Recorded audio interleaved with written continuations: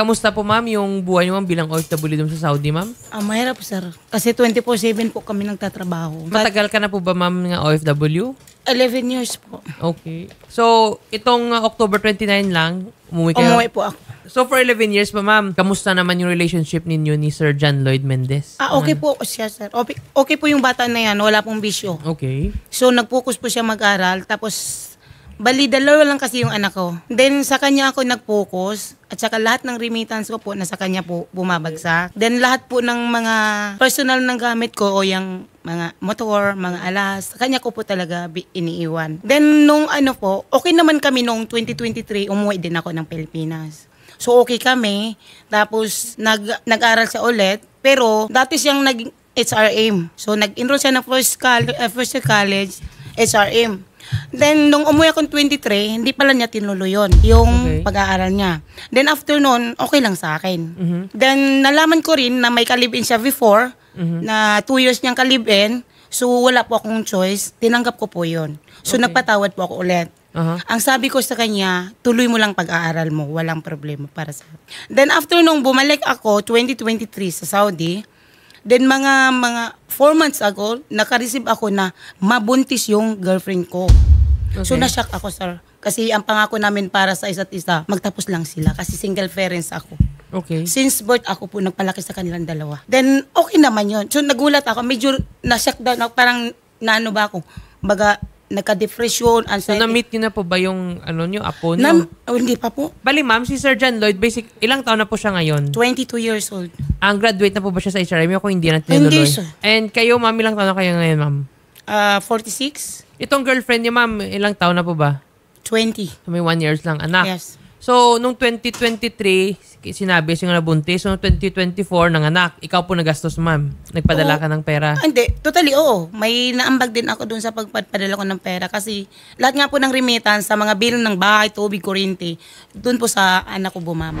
Nag-suggest pa ako, sir, na okay lang nabuntis yung girlfriend mo. So, sa akin, no problem. Kasi tulungan natin. Okay. Magtrabaho ka, tapos suportahan kita, tuloy yung pag-aaral mo, okay lang mag-stop mo na yung girl. Yun ang suggestion ko. Pero huwag kang umalis sa bahay kasi ikaw yung pinagkatiwalaan ko. Okay. So, ang nangyari po, sir, ang babae po nag-decide. So, umalis na sila, lumuwas na sa bahay ninyo? Oo, lumuwas. So, saan sila currently, ma'am?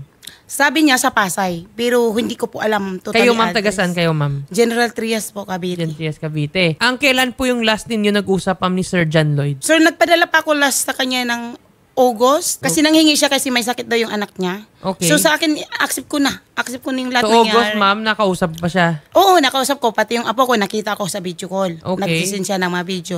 Ang sabi ko sa kanya, okay na tayo. Bigyan kita ng pera, padalang kita para sa anak mo. Noong September, ma'am? Okay kami, sir. September din, okay kami. Kasi nanghingi pa rin sa akin siya ng 4,000 for medical. Binigyan ko pa rin po siya. Okay. Then after nung, sir, nag-send na ako ng mga katapusan ng September na uuwi na ako ng Pilipinas. Sinend ko po yung ticket, totally talaga, nagpapasundo ako sa kanya, sa dalawang anak ko. Every uwi ko ng Pinas. So nag-send ako, alam mo yung reply niya sa akin, ma, nawala lahat ng alahas mo. So nag-trigger ako. Okay. Sabi ko, lahat naman binigay ko. Bakit pati personal things ko, pinakialaman mo? Sir John Lloyd, magandang hapon po sa inyo. Sir, kamusta po kayo, sir? Saan po kayo ngayon, sir? Pasay lang po. Sa Pasay po. Okay. Yes. Currently po ba, sir, may trabaho kayo? Yes po, meron po. Ano po yung trabaho ni sir? Ano lang po, waiter lang po. Okay. Na-meet na po ba ng anak ninyo, yung si lola niya? Hindi pa po. Kasi bali, nung kakauwi niya lang po nung 21 na yun po ata yun. October 20. Nak, sinabi ko naman sa'yo na ang uwi ko dapat is September, diba? 2 years. Nag-extend ako ng 1 buwan. Kasi sabi ko, yung 1 month na sahod ko sa October, ibibigay ko sa'yo para sa birthday ng anak mo at binyag, diba? Okay naman na yung usapan natin. Ang nabigla lang ako, nung nag-trigger ako doon sa mga alahas ko na sinend mo sa akin na sabi mo, mabiglang nawala lahat ng alahas mo. Doon ako nagalit. Kasi sabi ko, humingi ka lahat-lahat, hindi naman kita pinagdadamutan. Binigyan kita kahit wala akong pera, nangutang pa ako ng 4K, pang medical mo lang. Diba? Yun. Tapos sinat kita, nak. Dumating ako ng October 29. Sabi ko dun sa kuya mo, chat mo yung kapatid mo, daanin siya dito sa shore, kaya nandito kami, tapos kukunin mo yung lahat ng damit na binili ng para sa anak mo. Tsaka yung mga chocolate na pasalubong laruan. Nag-chat ka naman, sabi mo dadaan ka. Then after mga hours lang, may nag-chat na naman na hindi ka na daw tutuloy yung kalibin mo. Oo, ako nagsabi noon kasi may pasok pa ako noon. Bali, nag-chat naman po kasi ako sa kanya. Bali, hindi niya po ako nare-reply sa mismo kong account. Hindi, alam mo, lagi akong nag-chat sa'yo, pero umaabot ng 1 buwan bago ka mag-reply. So, alangan maghintay na mag-reply ka. Marami akong tanong sa'yo, di ba? Hindi ka naman nagre-reply. Pag tinatawagan ka, hindi ka sumasagot. Sabi ko, Nak, yung address mo kasi mismo akong pupunta dyan pag uwi ko ng Pilipinas. If ever busy kayo, ako po talaga pupunta sa inyo dyan. Ayaw niyo po naman ibigay. Tapos yung number niyo, ayaw niyo naman. Kasi nga, di ba, ikaw mismo nag-chat, nagbanta ka mismo. Hindi nga, sa sobrang nag-trigger na nga ako sa'yo, di ba? Pinatawad naman na kita lahat-lahat, Nak. August, pinadalan pa kita. September, nanghingi ka, pinadalan pa kita. Then, October, doon mo na ako trigger na kung kailan ako, ready na ako pa uwi. May ticket na ako, nag-send na ako sa'yo na sunduin niyo ako sa airport kasi ganito yung lapag ng eroplano. Sir John Lloyd, sinundo niyo po ba si mami niyo sa airport nung dumating siya dito? Hindi po. Bakit? Kasi that time po kasi nag-preparation po kasi kami nun for sa, ano po sana. I mean, nung 29 po, may pasok po kasi nun. Ang pasok ko po kasi 5 ng hapon hanggang 5 po ng umaga. Bali, 5 to 5 po ako. Okay, so kailan pa ba dumating, ma'am? October? October 29, sir, 10 a.m. Sir, 10 a.m. ng umaga, sir. Hindi na, out mo na, sir. Wala ka ng pasok kasi, di ba, 5 p.m. to 5 a.m. Pero ka. oras ko naman po ng pahinga yun. Gawa po ng 5 to 5 po kasi sa work. Bali, pag Pero di ba uwi sa ko kung po, isipin mo, nasa sir, ako po, matagal may kayo pasok. hindi nakita ng mama mo. Tapos, syempre, inalala ka din. Syempre, miss ka din. So, what is a little time, sir, nga mag-effort ka para sunduin po sana si mami niyo sa airport? Kasi syempre gusto din ka makapiling, di ba? Tapos, May away po talaga kami niyan bago po siya umuwi. Yun po yung ano namin. Tapos, nagbanta po kasi siya. So, ano po kasi yung sa communication namin, di po siya nag-chat sa akin. So, wala po kung, kung... kasi sir, yung nalaman ko po na uwi niya. Paano mo sir masabi, sir, na wala kay communication? The fact na sir, nakapagpadala siya sa iyo ng pera, tapos at the same time, sabi mo nga, may away kayo. Meaning, sir, nag-usap kayo kasi paano mo malaman nga may away kayo or paano mo malaman kung napadala na yung pera kung hindi kayo nag-usap, di ba? Pag mapadala siyang pera, mabilis ka. Marireceive mo, nakausap mo siya. Pag humingi ka na sa kanya ng pera, kinokontak mo siya. Pero ngayon na gusto kausapin ni mami mo, di mo siya kinakausap. Di ba? Pero ano po ba, sir, yung ang reason? Wala po kasi makikipag-communicate lang po kami, mag-aayos lang po kami. Willing naman po ako magpag-ayos talaga. Willing naman po ako magpag-ayos. Willing ka makipag-ayos.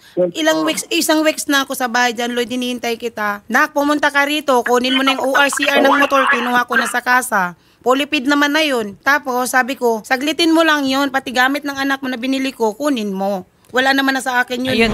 Sir John Lloyd, mamaya sir, kunin po ng team sir namin yung address po ninyo. Kasi po, pupuntahan po kayo ni Ma'am Charita kasi may bibigay po siyang pasalubong para po sa kanyang apo. At the same time, sir, para po mag-usap din kayo sir ni mami nyo, tsaka magbati kayo. Bali ako na lang po yung pupunta sa next day off ko po, sa next Wednesday. Kasi itong Wednesday po. O kaya, John Lloyd, ganito.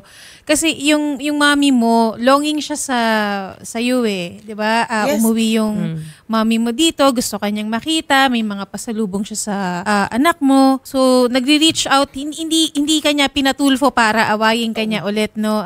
Lumapit siya sa amin dahil gusto niya Mag-ayos makipag-usap kami. sa iyo. no.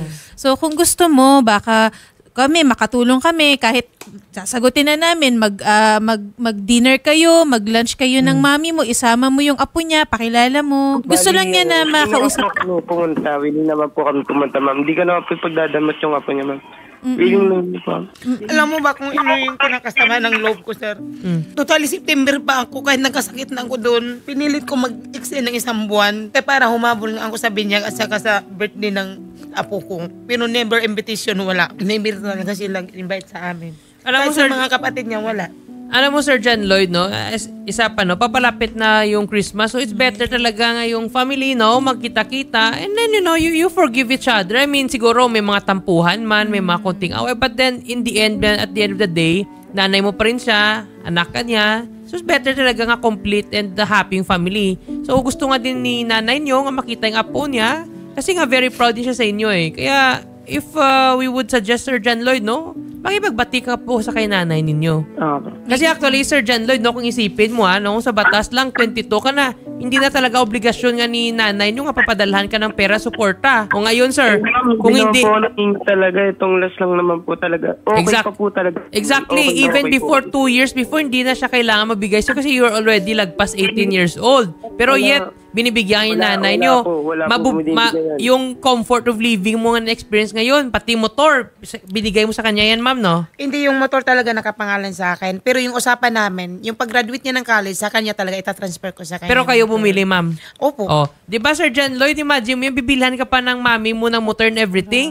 Tapos ito yung ibibigay mo, parang hindi mo lang siya gusto nga makapiling, 'di ba? Parang ingrato yung ugali mo pag ganyan ka, no? You're ingrate. So dapat nga sana magbati kayo. Especially nga Christmas season is coming, mas better ka talaga mag-okay kayo. Ano po ba yung dala niyong pasalubong sa apo niya, Nay? Binilang ko siya ng 4 na set na damit. Wow. Tapos, babae po ba? Lalaki? lalaki. Tapos isang box na chocolate.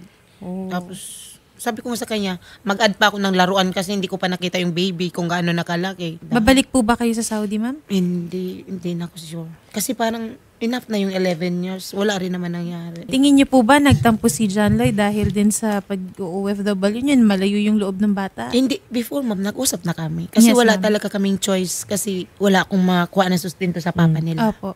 So sabi ko, wala kasi wala din ako malapitan ng magulang, kapatid. So igagrab ko na kasi ito naman lahat para sa inyo. Lahat naman po ma'am, hiningi nila, binigay ko po. Halos wala nga akong tinira sa sweldo. Ako sobrang bait nga Mother's ninyo love. po, Ma'am Charita, no? Unconditional talaga yung mother's love. Pero yeah, we will try to reach out talaga ma'am dito kay Sir John Lloyd para po mag-meet kayo, ma'am, at saka mag-ayos kayo, ma'am. Kasi yun talaga yung goal natin, ma'am. Kasi pangit talaga pag yung family mag-away-away. Oo nga sir eh. Kaya yeah, ipagbati natin, ma'am.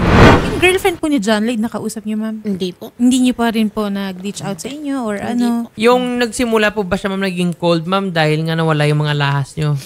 Hindi totally masama. Sumama loob nga kasi nga nakapagsalita din ako na hindi maganda. Kasi sabi ko, in the whole life, hindi ko na napiling mag-asawa ulit kasi nag-focus ako sa dalawa. Intindihan po namin, ma'am, yung sacrifices niyo para po sa inyong anak, no? Kahit may sakit ako doon, nakikita nila ka-video call. Yan ang sinasacrifice ng ating mga Yes. OFW. Magtatrabaho pa rin kami kahit nga apoy na kami ng lagnat doon. Nakala mo, in the whole life na kayo yung nag-focus ako sa inyo. Isinantabi ko yung pangarap ko para sa sarili ko dahil lang gusto ko makapagtapos ka.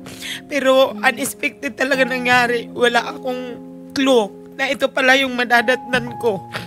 Kasi alam mo naman buhay namin OFW doon. 24/7 ka nang nagtatrabaho. Alam mo yan kahit may lagnat ako, nagtatrabaho ako. Then sabi ko, ikaw na lang yung pag-asa ko na makapagtapos man lang at makita kong gumanda buhay mo. Pero hindi mo ginawa. Lahat ng hiningi mo binigay ko. Kahit wala nang matira sa sarili ko. Lahat binuhos ko na sa'yo. Kahit alam mo patong-patong na halos yung sweldo ko na 25K, halos hindi na magkasiya. Sa'yo pa lang yan. Paano si kuya mo hindi mo pa minsan pinapakain? Si kuya mo DPWD tapos hindi mo siya binibigyan ng pera. Hindi mo binibigyan ng pera, biruin mo isang itlog, ipapajikas mo pa. Grabe, sobrang sakit na. Walang mapaglagyan sakit na nararamdaman ko. Sabi ko hindi man ako pero pinapatawad na kita ngayon pa lang kasi bilang nanay hindi ko kayo matiis. Sabi ko sobrang mahal na mahal ko kayo. Halos wala akong tinasarili sa pagmamahal ko sa inyo. Nakapokus talaga ako sa inyo na. Alam mo yan, kahit kinalaban ako ng buong mundo, pinagtanggol ko pa rin ngayon. Sana po, on your part din, no, you would reach out to your mom kasi malaki talaga sacrifices niya doon sa abroad. Hindi po madaling buhay doon. Napakahirap po ng buhay ng isang OFW para lang po mabuhay yung pamilya dito sa Pilipinas. So sana po, Sir John Lloyd, no, you would reflect, no, and then you will reach out po sa inyong nanay. Okay po kayo dun, ma'am, kasi pwede po Willing. namin Yes, kayong ma'am. samahan. Willing po ako sa... Opo, sasagutin po ni Senator lahat ng dinner Okay po po. ninyo or gusto niyo po ng lunch date, kasama po yung apo sige. po ninyo. Okay, sir. Nay, gano'n na lang po, no? So, kukontakin po namin to yung anak ninyo. Magkita kayo and sabi nga po ni Sherry, ipapadinner kayo, ma'am, para po nga makita nga po para mag-ayos po kayo, ma'am.